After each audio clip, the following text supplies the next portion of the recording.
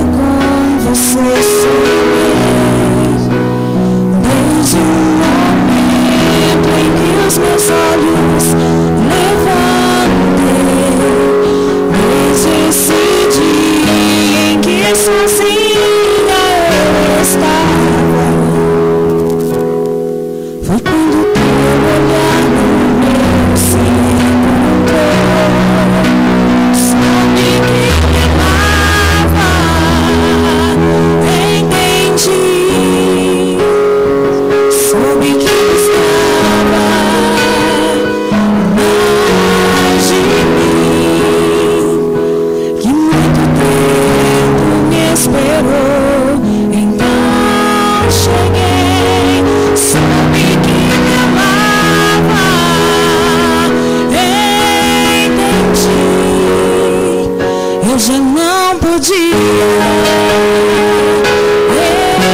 resistir, e com um beijo e com amor te entreguei meu coração, me apaixonei.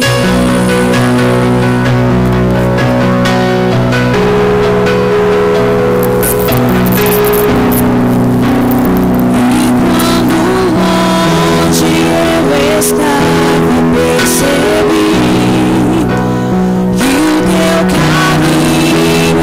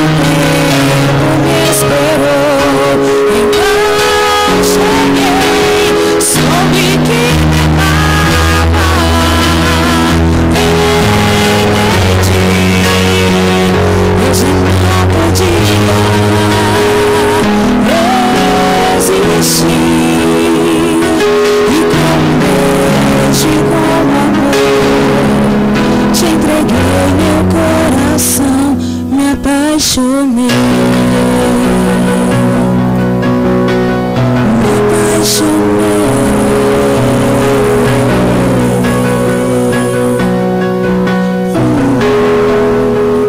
Eu estou aqui.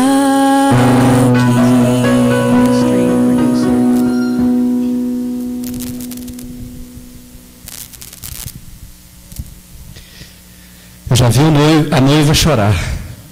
O noivo é a primeira vez.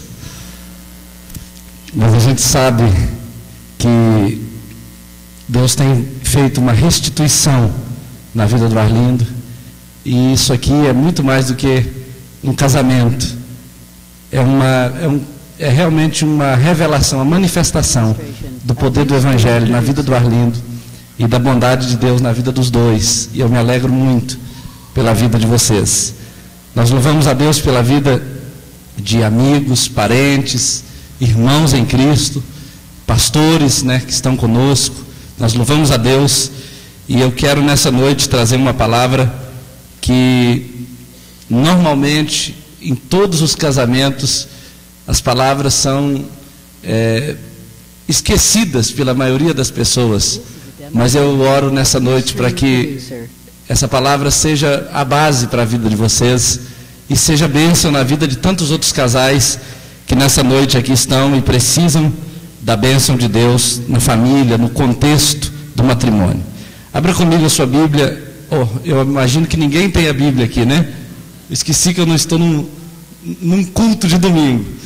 Mas, se tiver jeito, coloque a mensagem aqui na tela para nós. Provérbios capítulo 18, versículo 22. A palavra de Deus diz assim: apenas um versículo. O que acha uma esposa, acha o bem e alcançou a benevolência ou o favor do Senhor. Aparentemente esse texto... Como? É melhor ficar em pé. Está querendo moleza a noiva. Se quiser sentar, pode sentar. Fique à vontade.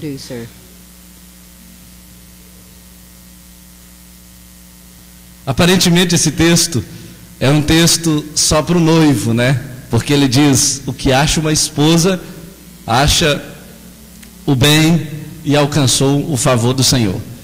Mas a gente sabe que quem acha um marido também, acha o bem e encontrou o favor do Senhor.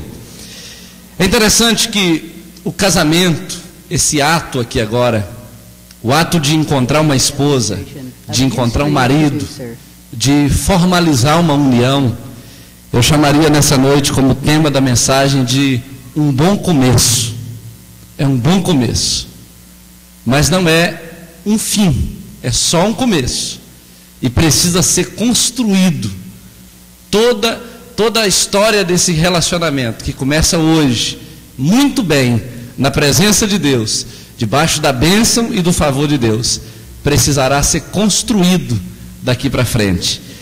O casamento é um bom começo para uma grande aventura de convivência diária. Diariamente vocês vão experimentar coisas tremendas, coisas boas, coisas especiais, memoráveis. Mas hoje estamos começando essa caminhada. Não é só achar a noiva, Arlindo, ou achar o noivo, Karina, e pronto, resolveu todos os problemas. Infelizmente, muitas famílias não conseguem desfrutar do melhor de Deus para si, porque limitam a experiência do matrimônio apenas a este ato, o ato do casamento. Não é só achar a esposa e pronto. Existe uma conquista diária, e há necessidade dessa conquista. O casamento é uma ideia de Deus para o crescimento dos dois, do homem e da mulher. Deus espera que os dois cresçam nessa relação. E quando a Bíblia diz que quando o homem acha uma esposa, acha o favor do Senhor, achou a benevolência do Senhor, ou quando a mulher acha um esposo, também achou o favor e a benevolência do Senhor, isso deverá ser experimentado no dia a dia desse relacionamento.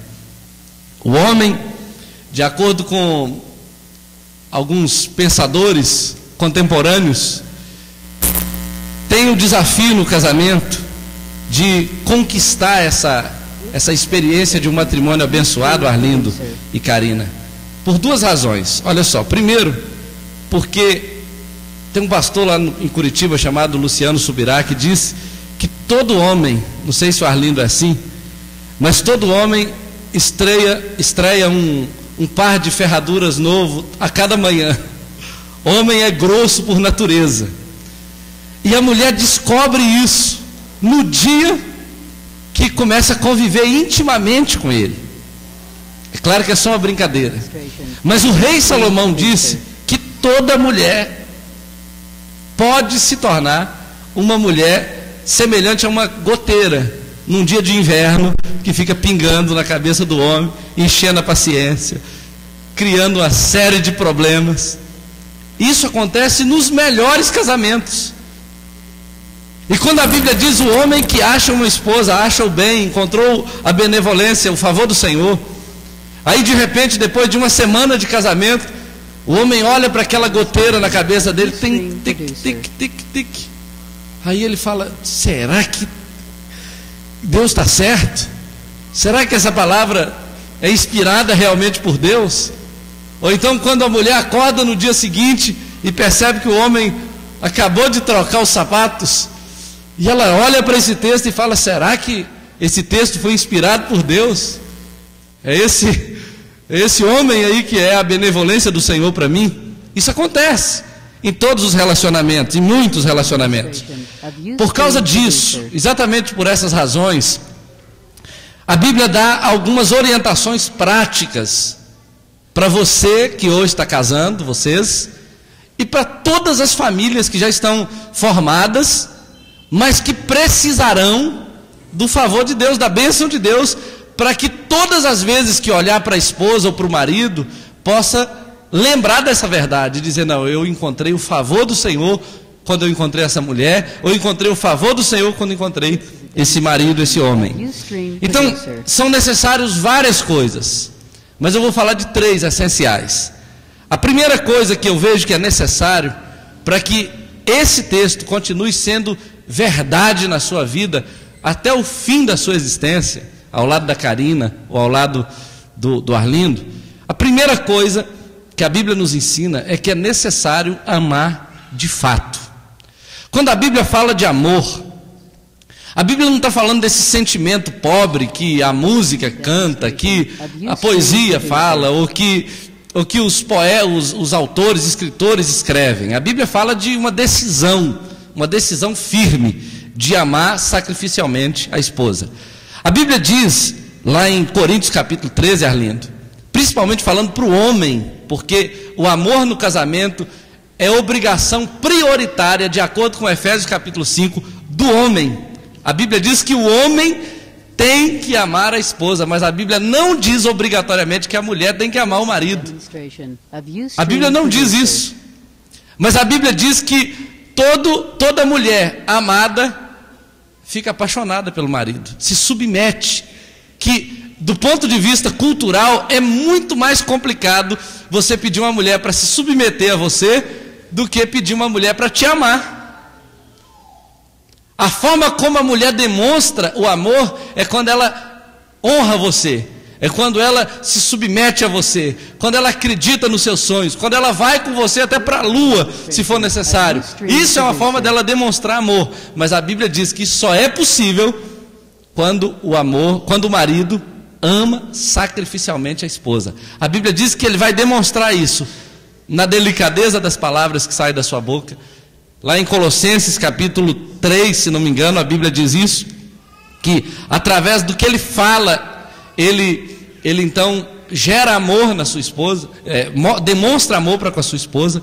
A Bíblia diz que o amor do homem deve ser demonstrado nas palavras que saem da sua boca e em todo o trato com ela no dia a dia do casamento. O amor que a Bíblia diz que o homem tem que ter para com a mulher, e isso não é só para ele que está casando hoje, é para todos os homens que estão aqui. A Bíblia diz que tem que ser um amor sacrificial, semelhante ao amor que Cristo demonstrou para a sua igreja lá na cruz, quando ele se ofereceu sacrificialmente por ela. É um amor sacrificial, é um amor que realmente derrama o sangue, se necessário, para que essa esposa seja feliz. É o que a Bíblia diz, é o que a Bíblia diz. Mas tem um exemplo na Bíblia muito interessante, que é demonstrado no exemplo de Jacó.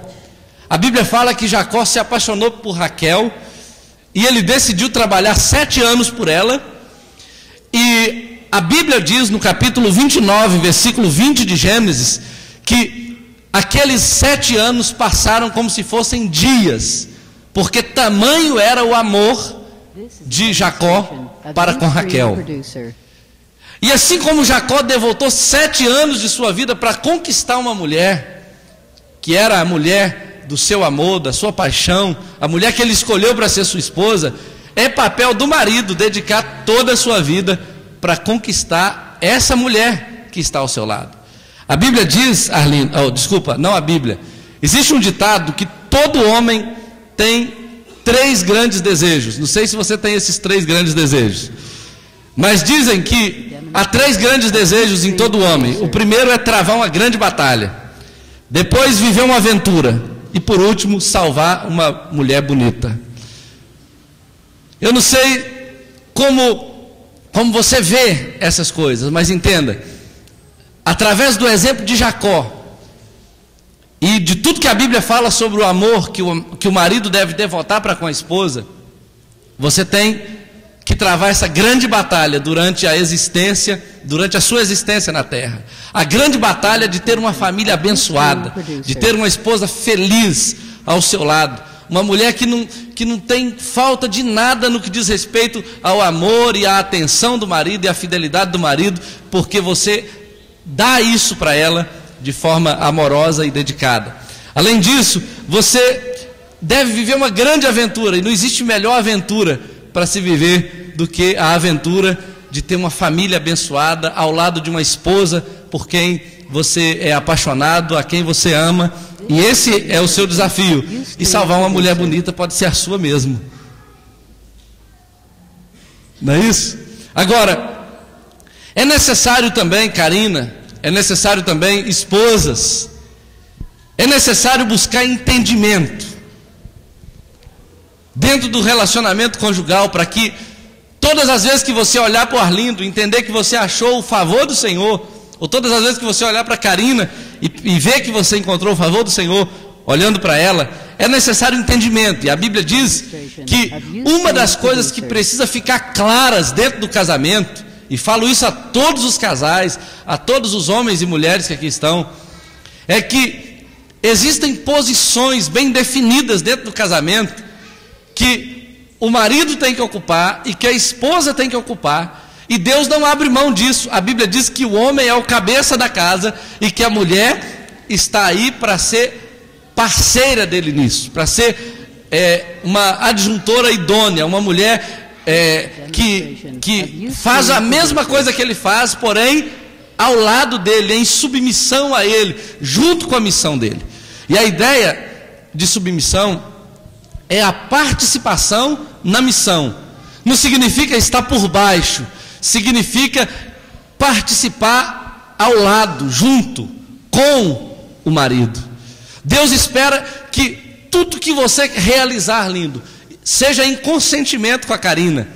E Deus espera que a Karina não apenas apoie, não apenas concorde, mas apoie, esteja junta, esteja participando assim ativamente. E a Bíblia diz que isso é a condição para que suas orações sejam respondidas. A Bíblia fala lá em Mateus capítulo 18, falo isso a todos os casais também, que se 2 de vós concordarem a respeito de qualquer coisa que decidirem, terá sido ligado no céu. Isso quer dizer o seguinte: se não houver acordo a respeito de qualquer coisa, ou a respeito de todas as coisas dentro do casamento, não precisa nem orar, porque Deus não vai atender.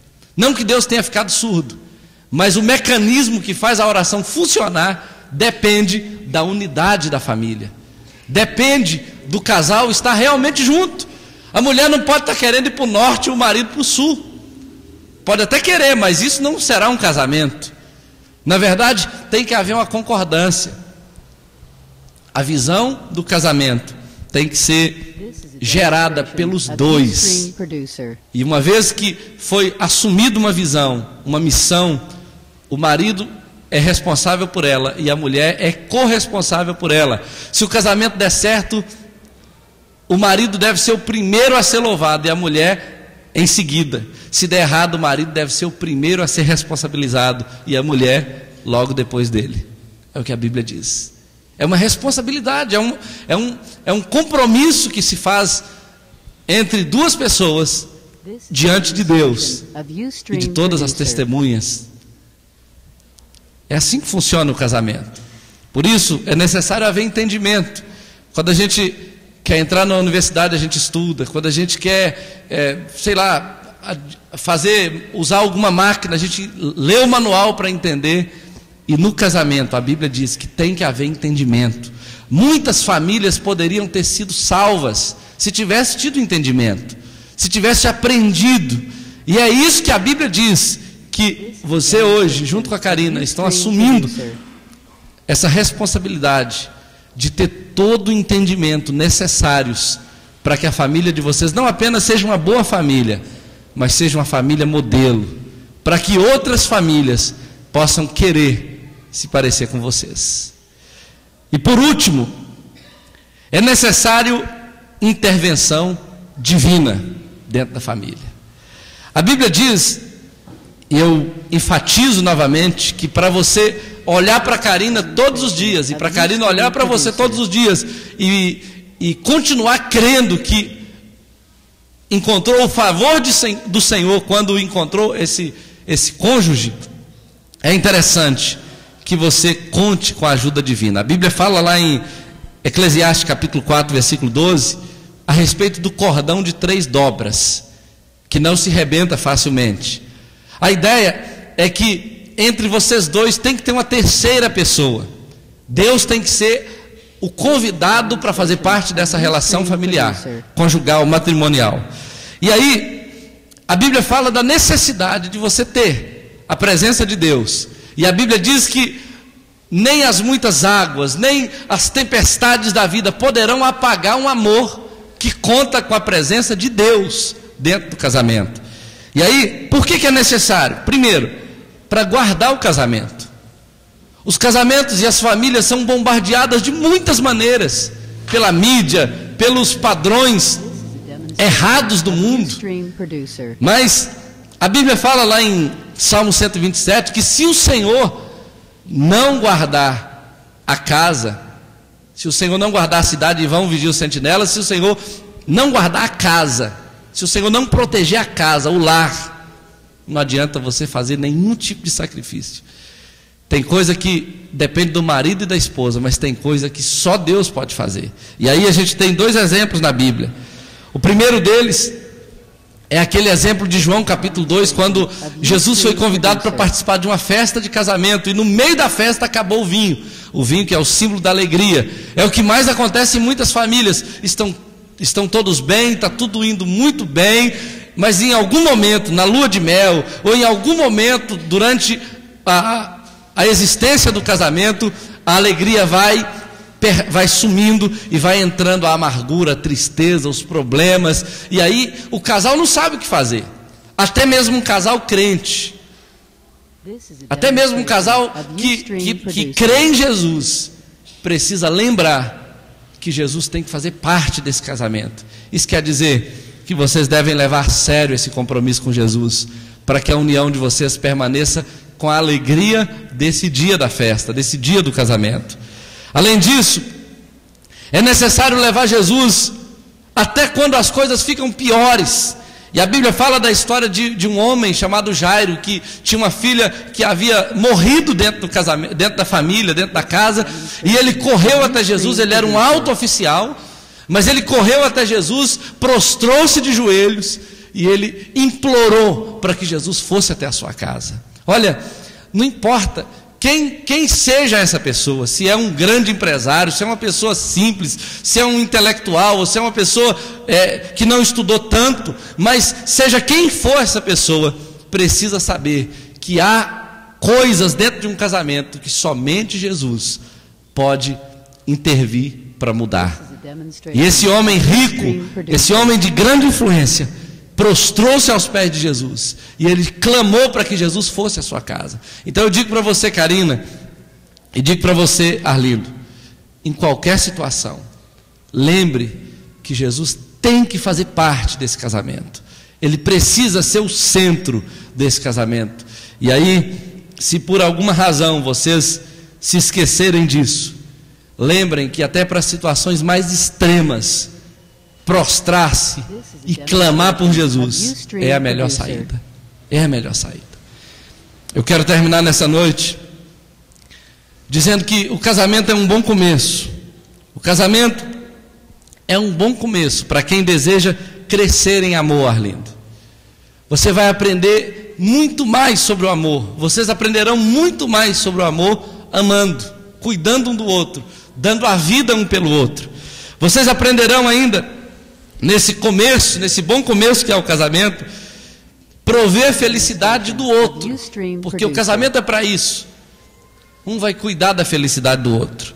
Além disso, é um bom lugar para conhecer o poder de Deus, que conserva, que sustenta, que abençoa, que fortalece o casamento.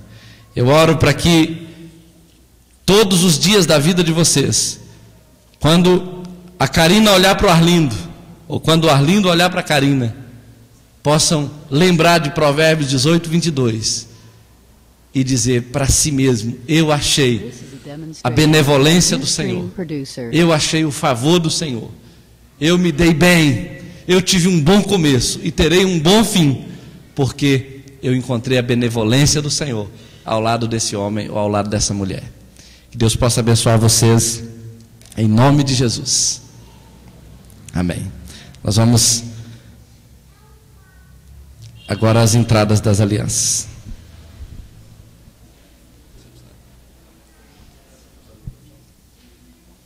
This is a demonstration of Ustream Producer.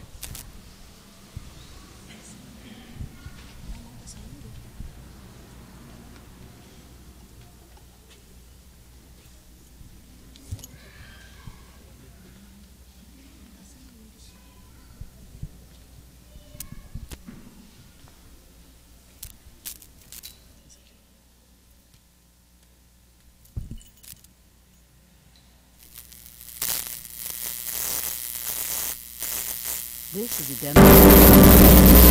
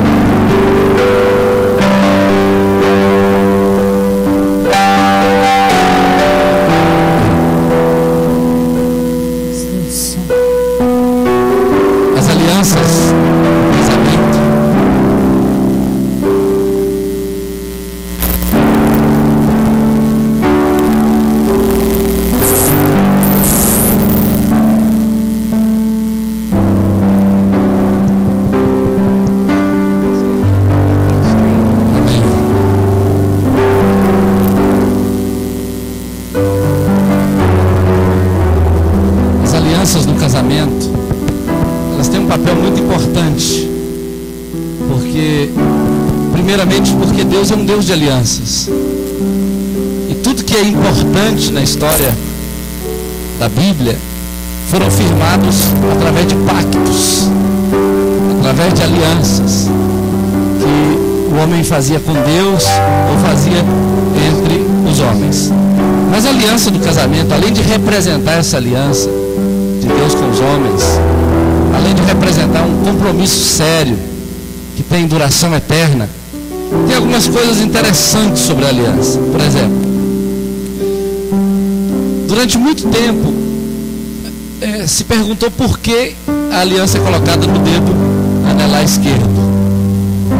E os egípcios descobriram, ou deduziram, que se coloca a aliança no dedo anelar esquerdo porque há um nervo, uma veia que liga ao coração. E outros entenderam que tem uma outra razão mais simples, mas muito mais interessante, que o dedo anelar esquerdo está na mão que poucas pessoas usam, porque a grande maioria é destra. E por ser o quarto dedo, é um dedo que para você movimentar, você vai precisar de outro, vai precisar da ajuda de outro. A aliança fala da necessidade de duas pessoas, da importância de se firmar entre dois. E eu diria que, além de tudo isso, a aliança, ela não é feita só entre vocês dois, ela é feita entre vocês dois e Deus. E esse é o cordão de 3 dobras. Deus é o criador do casamento, é o sustentador do casamento. E diante dele, essa aliança é firmada para que o casamento seja abençoado até o fim, em nome de Jesus. Nós vamos fazer o pacto diante de Deus, em nome de Jesus agora.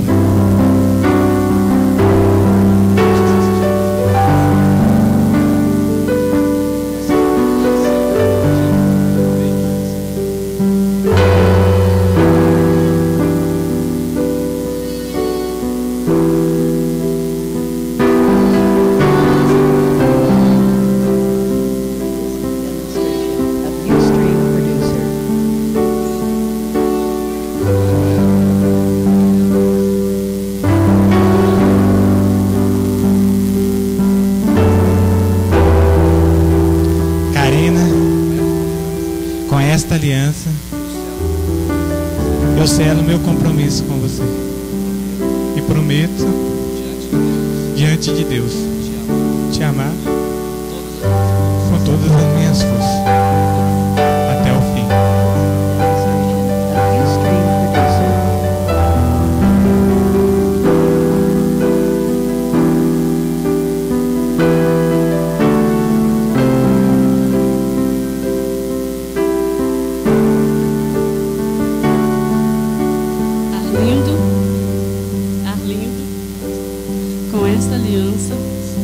Eu selo o meu compromisso com você e prometo ser-te submissa, te apoiar até o fim.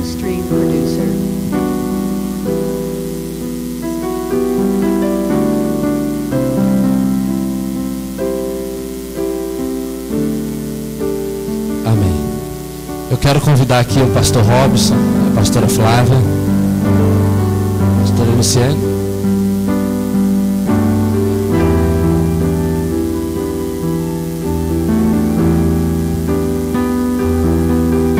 Robson e a pastora Flávia participaram do trabalho de discipulado com a Karina. O discipulador do Arlindo está filmando ele aqui agora, não vai poder estar aqui, mas é uma pessoa chave na restauração do Arlindo, um homem que ressuscitou, nasceu de novo para a glória de Deus. Nós nos alegramos por isso e nós vamos pedir que o pastor Robson e a pastora Flávia estejam orando, abençoando, selando essa união na presença de Deus, no nome de Jesus. Amém. Vamos ficar de pé. Quero convidar você para estender suas mãos. Vamos abençoá-los. Vamos orar. Pai querido, nós queremos diante de Ti, Deus, Pai, diante dos convidados, das famílias, nós queremos, Deus, apresentar esse casal ao Senhor e declarar toda sorte de bênção, Deus. Nós nos alegramos com a vida deles, mas sabemos que o Senhor mais ainda se alegra com eles, ó Deus. E a cada dia eles possam vivenciar a alegria do casamento, do companheirismo, do amor um com o outro, Deus. Em nome de Jesus. Eu quero te agradecer por esse casal,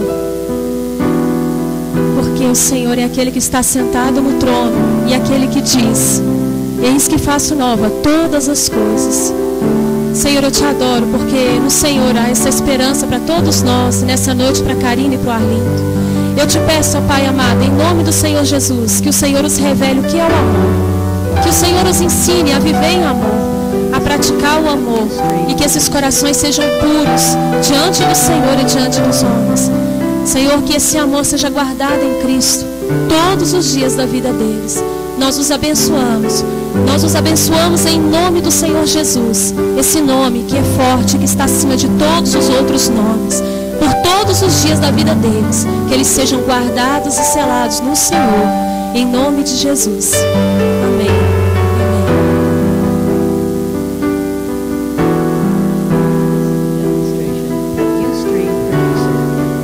Como ministro do Evangelho, eu vos declaro marido e mulher.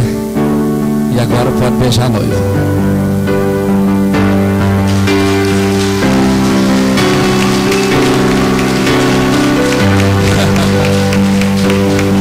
Amém. Nós vamos assinar os livros agora do casamento, e as pessoas que foram selecionadas para isso poderão vir, primeiramente os noivos. Podem se assentar um minuto.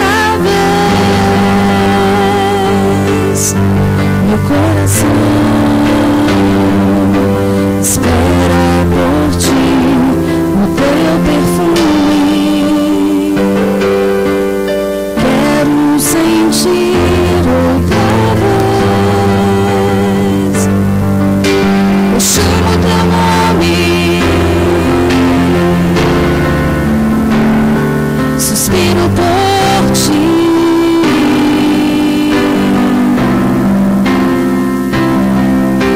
Eu chamo teu nome.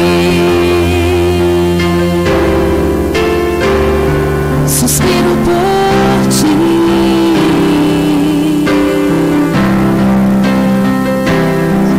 Tuas palavras são doces, tuas, totalmente desejável.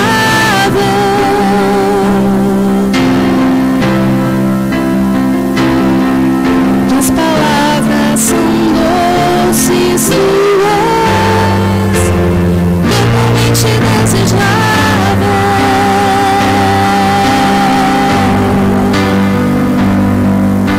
Eu sou do meu amado, eu sou do meu amado, eu sou do meu amado, e ele é meu. Eu sou do meu amado, eu sou do meu amado, eu sou do meu amado, e ele é meu. Quero me lançar aos seus pés, sem reservas me entregar. Vou correndo pra te encontrar, contigo eu quero estar. Quero me lançar aos seus pés, sem reservas me entregar. Vou correndo pra te encontrar, contigo eu quero estar. Eu sou do meu amado, eu sou do meu amado, eu sou do meu amado, e ele é meu. Eu sou do meu amado, eu sou do meu amado, eu sou do meu amado, e ele é meu. Eu sou do meu amado, eu sou do meu amado, eu sou do meu amado, e ele é meu. Eu sou do meu amado, eu sou do meu amado, eu sou do meu amado, e ele é meu.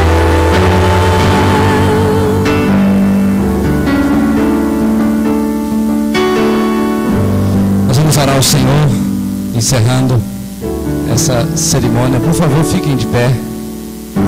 Queremos agradecer em nome dos noivos a presença de todos os convidados, irmãos, amigos, parentes, pastores. E após o encerramento, os noivos estarão recebendo os cumprimentos aqui mesmo, dentro do templo. Vamos orar ao Senhor. Curva a sua cabeça, estenda a sua mão em direção aos noivos aqui, invocando a bênção de Deus sobre eles. Pai, nós te damos graças nessa noite. Nós te adoramos porque do Senhor é a terra, a sua plenitude, o mundo e os que nele habitam. O Senhor está no controle de todas as coisas. O Senhor é Senhor sobre todas as coisas. Os nossos corações estão submissos a Ti, a Tua vontade. E sabemos, a Deus, que o Senhor é o sustentador da família, do casamento, do matrimônio.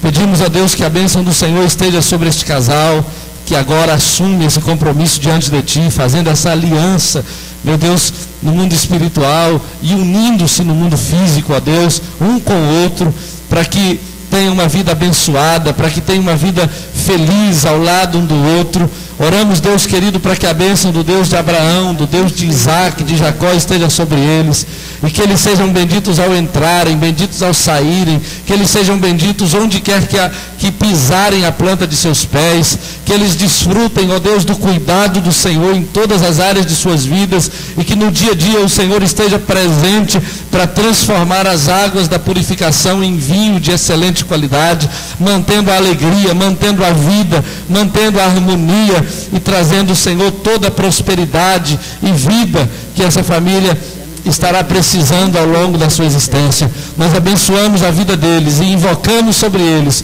o Teu favor, no nome de Jesus. Amém e amém, Jesus. Deus abençoe vocês. Em nome de Jesus.